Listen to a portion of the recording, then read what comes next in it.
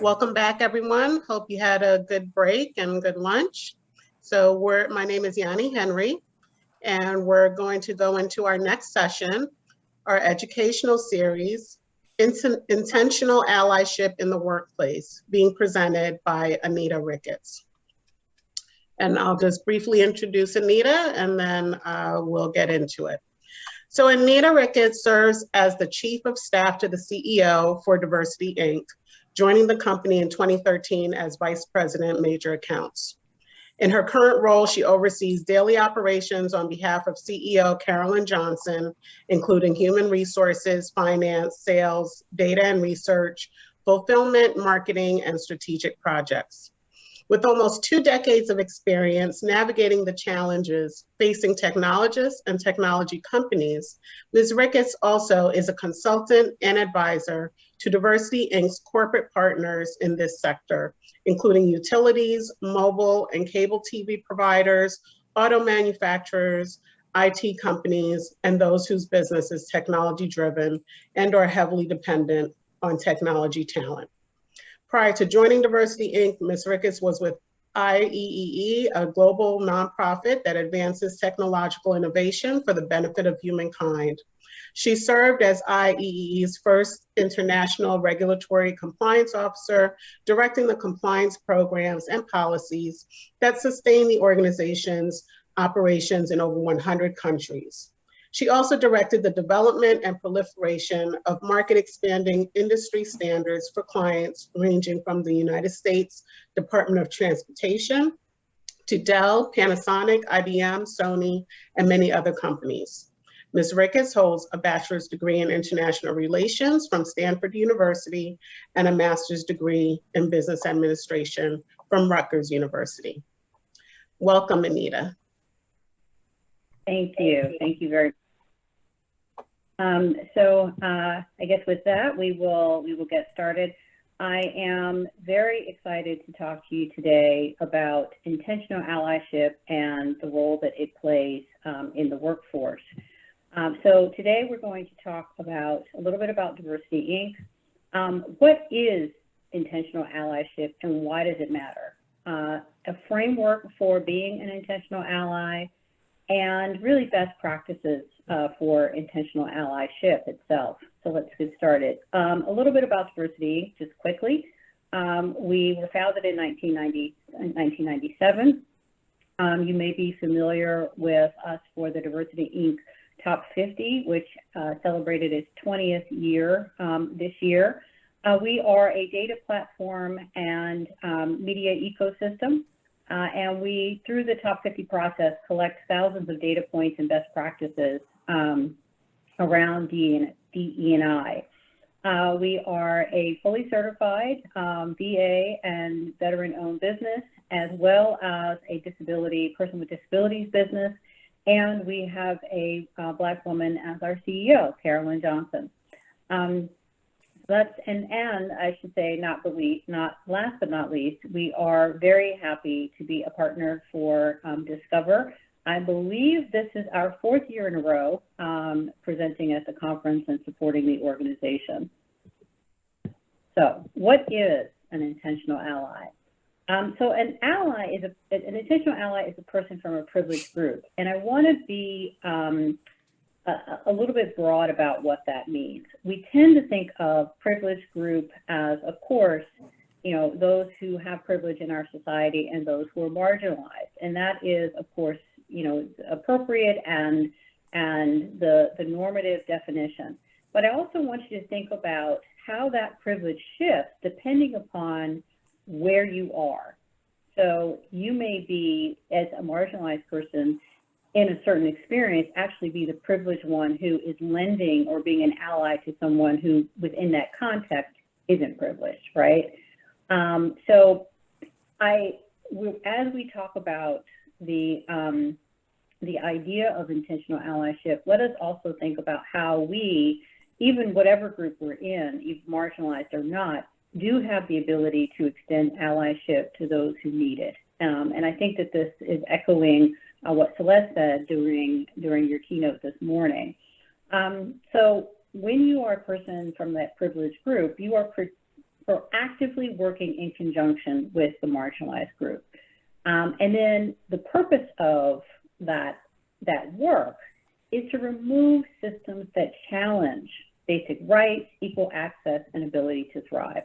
So this is really getting at the heart of equity, because any system, I am not an engineer, but I speak engineering, and any system that was built can be dismantled and re-engineered to something better. So allyship is really about working towards removing those systems and barriers that prevent equity, prevent the kind of equality and equity that we want in our societies, and building something else, re-engineering it. It's important to understand and really think about allyship, and to ally is a verb. It's not necessarily, it's not just about belief, saying, oh, I am an ally. It's okay. What does that mean in terms of action? And what does that mean in terms of the steps that are being taken by you or your organization, wherever you are, to manifest that, to make it an actionable, impactful expression, and something that is done one time and kind of left. Allyship is a lifelong process and commitment, because to be an intentional ally, to be an effective ally, means to be committing to learning and acting, right? And in the pursuit of building those relationships with, again, as we said in the previous slide, with those marginalized groups, to building those proactive relationships with the marginalized groups, and that relationship to be lifelong and sustainable and impactful has to be built on trust, accountability, and consistency, right? So the trust has to be built. That's the foundation of any long-term sustained relationship. Accountability has to be there. So not only are you as an ally saying, hold me accountable, you're also committing to how you're going to accept that accountability. And those who are accepting an ally are also saying, I'm going to hold you accountable, and I'm going to extend you the grace when needed for learning and understanding. And it also needs to be consistent, because the consistency also reinforces the trust. It's also important to know that allies are not self-identified. They are validated. If I say that I am an ally to, let's say, for example, I am not part of the LGBTQ community, but let's say that I said I'm an ally of the LGBTQ community, my saying that doesn't necessarily mean that I am a true ally to that community. I have self-identified. I can say I want to be an ally to that community, but it is that community that will say, that will validate me and say, yes, Anita is an ally. And we at DiversityInc understand this and believe this to such an extent that we actually have, as part of our Women of Color event, a validated allies designation, where we recognize those in corporate America and in other spheres who have done these things. They have built the trust, they accepted the accountability, and they have been consistent with their allyship as a verb in their organizations. So we are validating their allyship as a part of this event. It's also important to just understand in all of this, perfection is not the goal. If you want to be an ally or you're thinking about allyship, let go of the idea that you have to show up as perfect, that you can't speak or you can't be an ally until everything is all your ducks are in a row, everything's perfect. Because again, this is going to be a lifelong process to learning and acting. And so if you are choosing to act, you can't wait until you learn everything, because then you'll never act. And allyship is a verb. So allyship is really about participation, not perfection. And understanding that it will be a cycle of putting it out there, being the ally, learning, taking that learning and being a better ally the next day.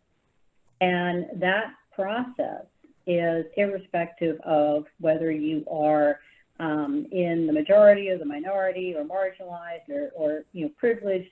The process is the same for everyone in terms of what it means to ally within the group that you are trying to work with or to be an ally to.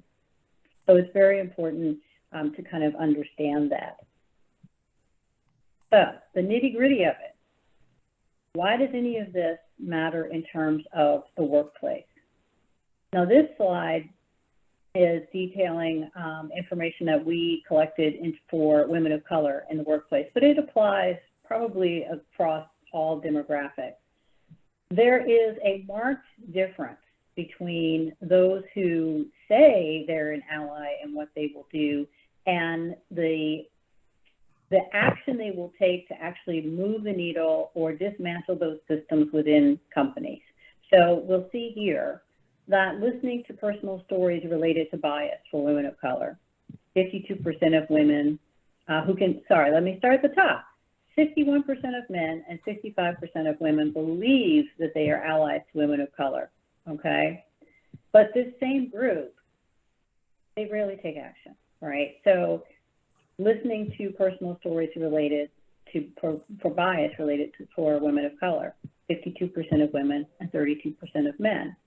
Listening to those stories is actually very educational and important to do, and and it matters. But when we get down to the question of, okay, how are we actually dismantling these systems? How are we actually making sure that marginalized groups, women of color, men of color, LGBTQ, people with disabilities, et cetera, have equitable access to the systems within organizations that will facilitate movement, growth, opportunity, et cetera, in that organization, we see a marked decline in the percentages. So we know in organizations, for example, that mentorship and sponsorship are critical to your development and to your advancement in organizations, particularly if you are from a marginalized group. So you have 52% of women and 32% of men who are listening to stories related to bias for women of color, but only 8% of men and 12% of women who will mentor or sponsor one or more women of color. So this is why it matters. Bridging that gap for allies between the being a person who listens to what's going on and a person who says, I'm going to sponsor or mentor, or I'm going to take a stand in my organization to dismantle this system. And so that's why it matters. And that is why allyship is a verb. So if we're going to, taking a public stand to support racial equality, but really, where do we need to do to bridge that gap between, where an ally starts, 51% of men and 55% of women believing that they are allies, but only 8% or 12% respectively actually taking the action that we know will help marginalized folks in organizations. And a lot of it is what we talked about earlier, this idea of perfection, this idea of not understanding that allyship is going to be a lifelong process of learning and action, and really kind of getting over the concern of, if I'm not perfect, I can't participate or I can't be a true ally. So one of the things that is a part of this is really encouraging those who have that privilege to understand that they can extend it, they can take that action without concern about what's going to happen if they get it wrong. That we can set the structure and the environment of participation, not perfection, and understanding that we are there to proactively, and there will be proactive partnership and accountability and trust and open communication. So best practices for allyship. emphasize education, right? And so the first thing in terms of an allyship structure that works is you've got to give people who need some grace, right? There's just things people don't know. And that applies to any group thinking about another group. There are things that people just don't know. And coming to it with a curiosity mindset, a learning mindset, a Google is your friend mindset is a very powerful thing. Understanding the dynamics of privilege. Understanding specifically the dynamics of privilege, not only in your country, but in your organization. Every organization has past power. Every organization, every company has dynamics of privilege. And one of the things that makes you privileged, in a sense, is that someone, you know what they are. You know, there's an aspect of privilege where you are mentored on the unspoken, and those who are not privileged are not mentored on the unspoken. And so understanding that is one of the dynamics of privilege. Understanding microaggressions and behaviors. Understanding the difference between cultural appropriation and cultural appreciation. And understanding really, truly what systemic racism is about, and how you as a privileged person or not as a privileged person are, you know, being either benefiting from that, whether you believe in it or not, in terms of it being the right thing. Everyone is a part of the system itself. It's also about accountability and preaching that accountability and focusing on impact.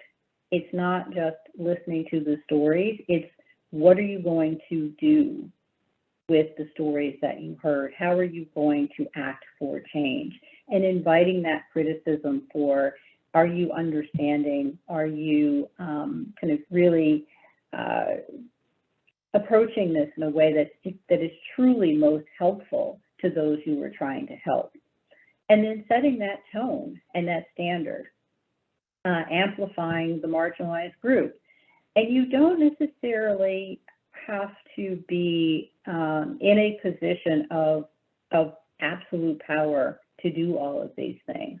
There are positions where you may not, you know, be at the top of your company or et cetera, that you can bring that tone and that expectation into how you conduct yourself and how you manage things within your organization.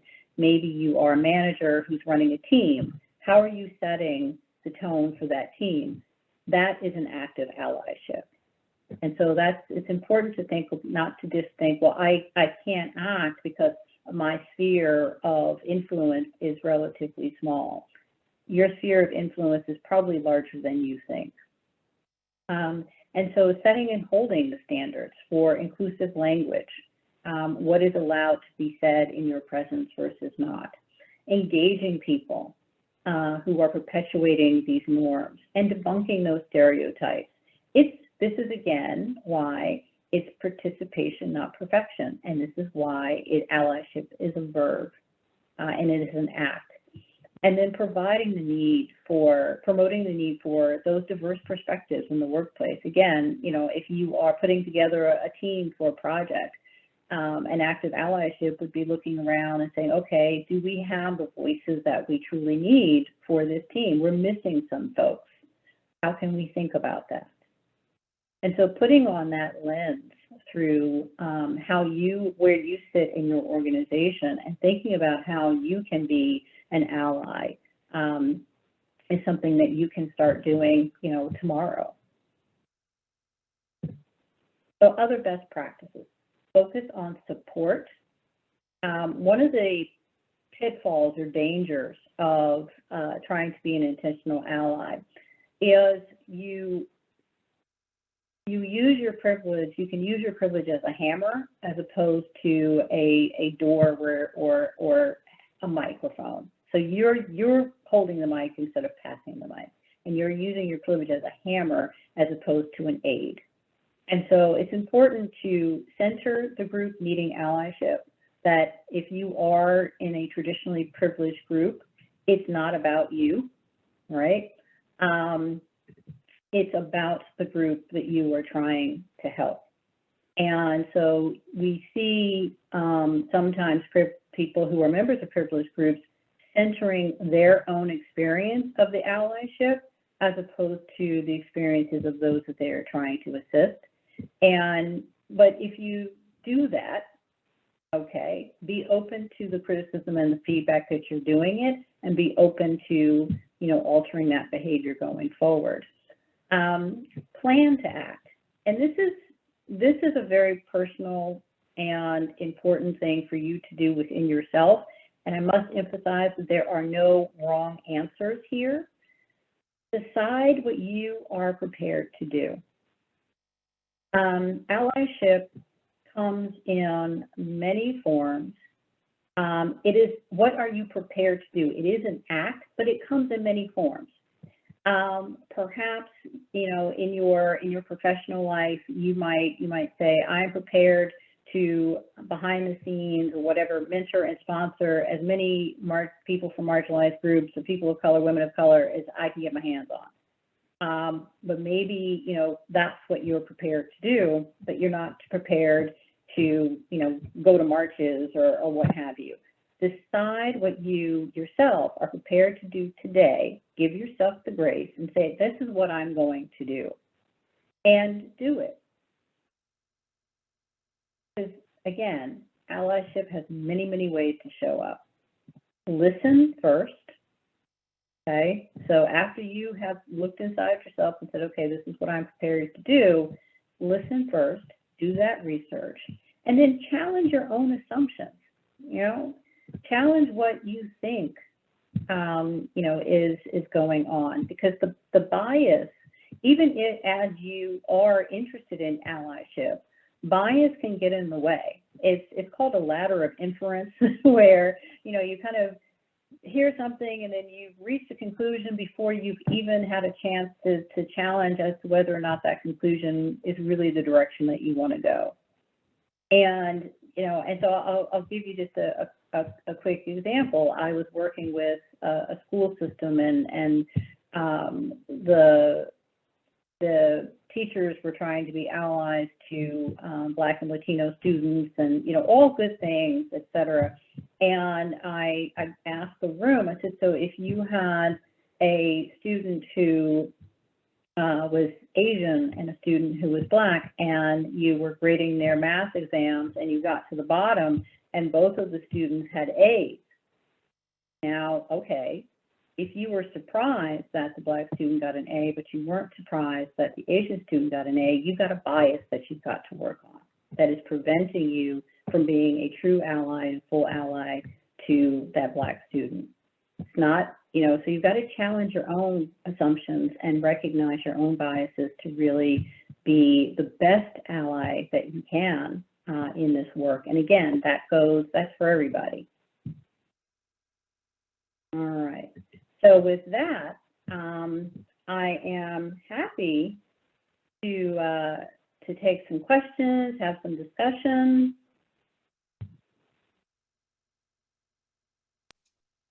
Okay, let me see if there are any questions, Anita. Hold on. Okay, so why don't we invite people to put your questions in the chat, if you have any. Can I ask some questions? Sure. Sure.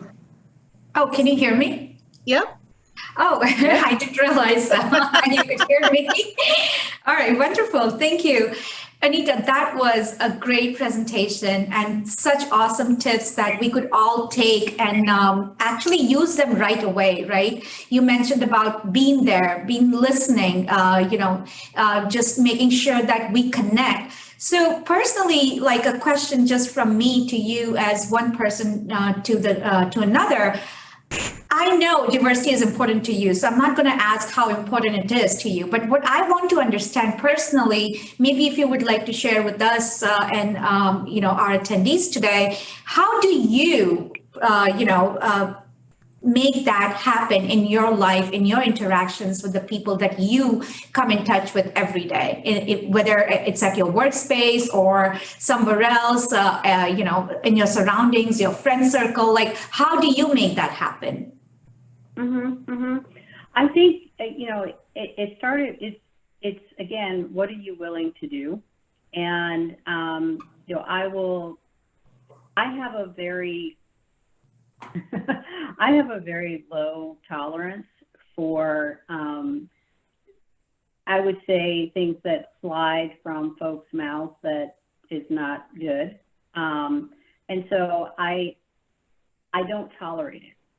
And I don't tolerate it in my personal life, and I don't tolerate it in my professional life. And I'm very fortunate to work for an organization where that's okay to not tolerate it, you know.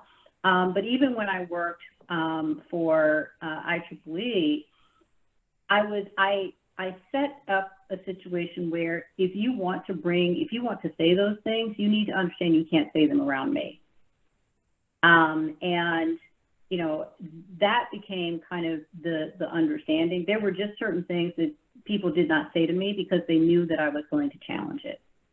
I challenged it in a way of, you know, asking the question back. So if someone said something, I said, well, why would you say that? Tell me why you would say that. Tell me why you think that, you know, this is the case. And be silent. And kind of let the person really have to answer for themselves. So that's kind of the first part of it for me. It becomes from a very kind of personal, how I walk in the world type of scenario. There are just certain things that I am not able to tolerate from a personal perspective. From an organizational perspective, I'm really thinking about it in terms of organizational change and also organizational analysis. And so holding my organization or the organizations that I work with accountable to make sure that what they're saying they want is actually what they're doing to support what they say. So, we want to make sure that we have, you know, more people of color in upper management. Like, okay, so tell me about your talent programs, or tell me how is that working, or do you have your senior leaders who are mentoring or sponsoring folks who look different from them? How are they showing up?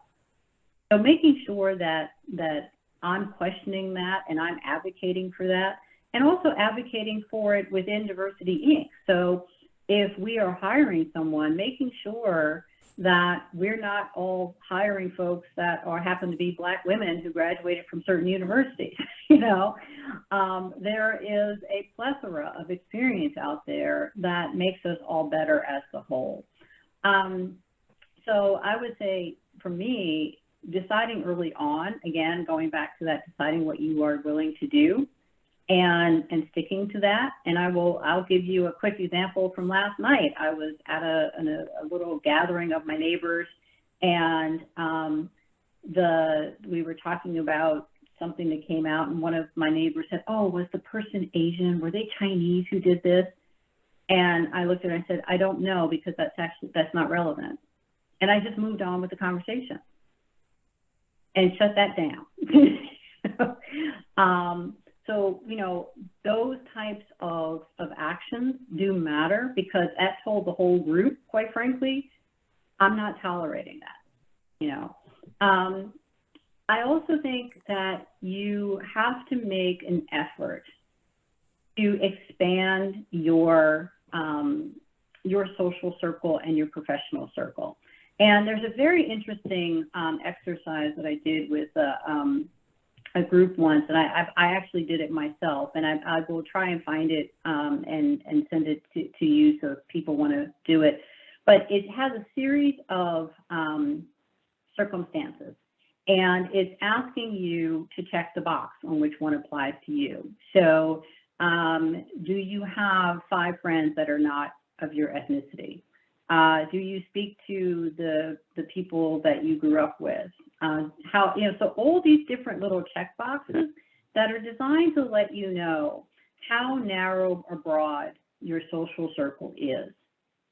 And to give you a sense of, are you self-isolating? Are you attempting to learn? Are you attempting to understand others? Or have you just kind of let life tend to do what it does, which is kind of shrink our experiences as we go on? And so I also think that that's a very helpful thing, because that tells us to seek out the world and to sit at a different lunch table, and to be genuinely curious and interested in the lived experiences of everyone around us, whether they look like us or not, because people are fascinating and interesting and funny and tragic and all the things that make us human and make life interesting. So I think being able to express that and to reach out with sincerity and curiosity and just is a good thing. So, you know, that's how I personally approach it. What I will not tolerate from on my behalf or anyone else's, you know, and if my neighbor, quite frankly, said, oh, was it a white man? She would have gotten the same response. I don't know, it's not relevant. Well, to the extent that you can, thinking about holding your organizations accountable in your sphere and saying, okay, well, speaking out for that diversity and bringing a true curiosity to life and to the people around you, and making sure that you're not shrinking your own world, because you know that's kind of what we tend to do. We tend to go with the familiar, and that's not a bad thing, but it is not as expansive as it could be, and it certainly doesn't help the ally journey. So does that answer your question? That was a lot. Thank you very much, because it's very clear. I mean, you have to set the rules for yourself so people can respect you, and as well as what the ideas that you promote, right? And be more inclusive. If you participate and don't set the ground rules and tolerate, then we're never going to be able to make a change, right? So it's very, very good tip and very good point. Thank you for sharing. I think, Yanni, there's a question in the Q&A and chat as well. I'll let you take that. But thank you so much for answering this. Great. Sure. So the first one was in chat from Antonio. As I am at the end of my career, I'm still motivated to help the next generation that will have it easier. How can I continue to connect? I think you continue to connect by, you know, asking the question of those that you want to connect with.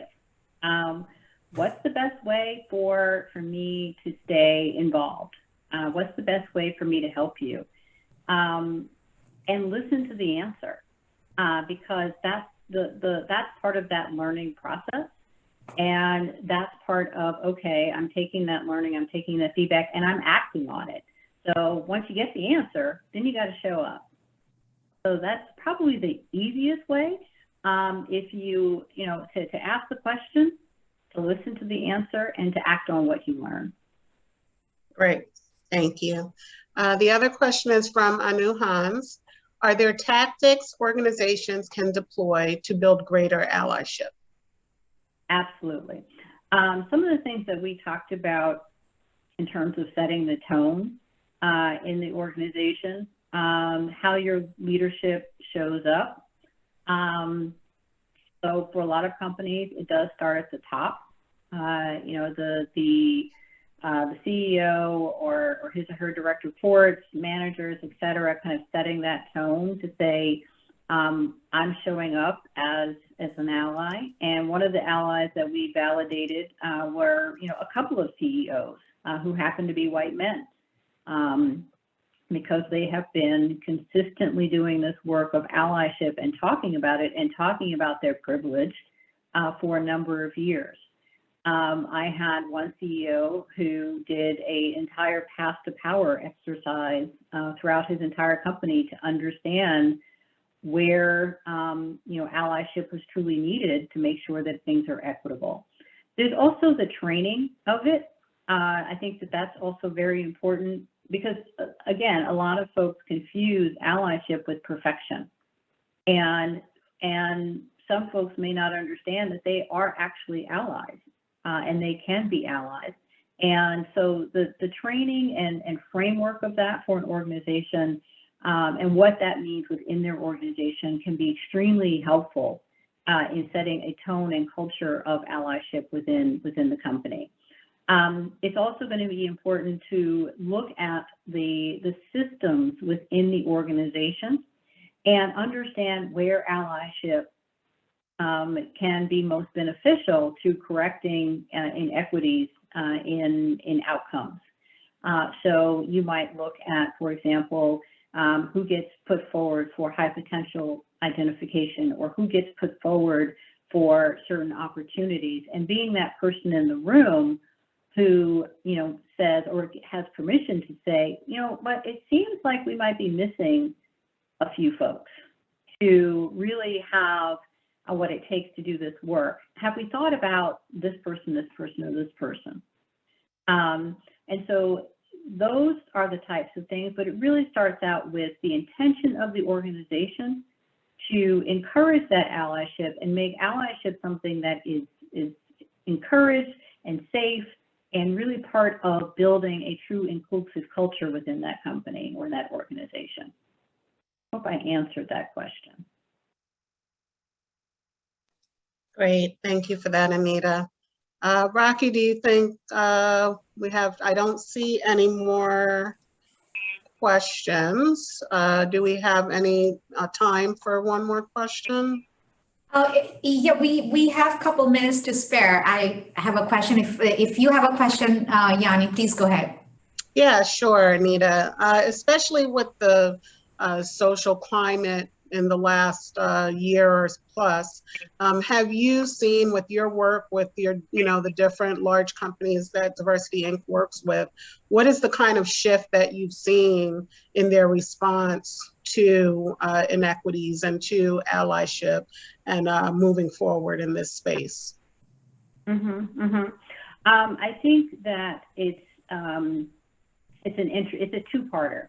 So for those companies that have been doing this work for quite some time, like Celeste said, it can take 5 to 7 years to get a program really going.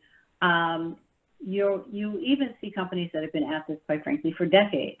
So they have a lot of the infrastructure and frameworks available. So for them, for those companies, it was more a matter of capitalizing on this opportunity to really push their programs forward, to really kind of double down on the demographics that were being most adversely impacted by the last year and a half. So you're seeing the pledges and the partnerships really more emphasized. So that's that group.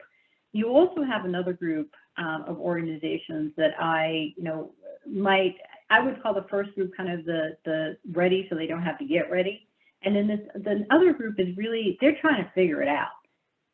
And so there was a bit of a mad scramble, and there was also, how do I say this nicely? It's kind of like, okay, welcome to the party, but we'll see how long you stay. And whether or not this was going to be an action that was for the day or for the moment, or was really a sustained organizational commitment. And I think the jury's still out on some of that, quite frankly. But that being said, the opportunity for allyship and for the conversation to move forward is there in both regards. It's really about how the leadership of those organizations, the employees of those organizations, I think what's been interesting from with the last year and a half is the power dynamic of what employees are able to demand, quite frankly, of their employers in terms of equity and diversity inclusion and allyship, and also what the customers of those organizations are able to demand. The increased emphasis on corporate social responsibility is real, and it is driving for some organizations what they do in this sphere and how they try to incorporate and embed allyship as an organization and within their companies. We see some companies who are, again, kind of living their values and saying, no, this is not what we tolerate. We had just the other day, Northwell Health, which is the #1 hospital system on the DiversityInc top hospitals list, fire 1,400 employees for not being vaccinated. Gone, like not going to tolerate it. We have seen some other top 50 companies make public statements against restrictive laws in the states that they have employees. So there are ways that we're seeing it, but I think that, again, there's two camps. There's the companies that and organizations that have been at this for a while, and they're using this momentum to really kind of push the outer edges of what their programs can do, and you're seeing a lot of those pledges. And then you have organizations that are reacting to the marketplace, and I think the jury's still out on whether or not we'll see that kind of commitment from them in 3 to 5 years, depending upon the outward pressures they're facing. And then from an employee perspective, I think part of what we're seeing is, before I come work for you, I need to see proof of who you are, right? And so we're seeing more of that being a employer of choice, there is a strong component of DEI and allyship, not only within your organization, but showing it externally that you are an ally to my community. And then also customers. Before I, buy from you or before I support you, what are you really about? And if I find out that what you say you're about is substantively different from what you are actually about, then I will take my dollars elsewhere. So those are some of the things that we're seeing. Does that answer your question? Absolutely. Thank you so much. Sure. Okay, so Rocky, I guess we'll wrap it up now. Do you want to? Yes, we are at time. It was a great session and so insightful. Thank you, Anita, so much for your time and sharing all this knowledge with us. I see a lot of leaders here with us trying to, listen in and take all these best practices. And I hope they're able to take it to the next level and make their organization even a better place going forward. So thank you so much. Let's all join to the panel in the next link in auditorium. I'll see you there in the next few minutes. Thank you. Thank you. Thank you.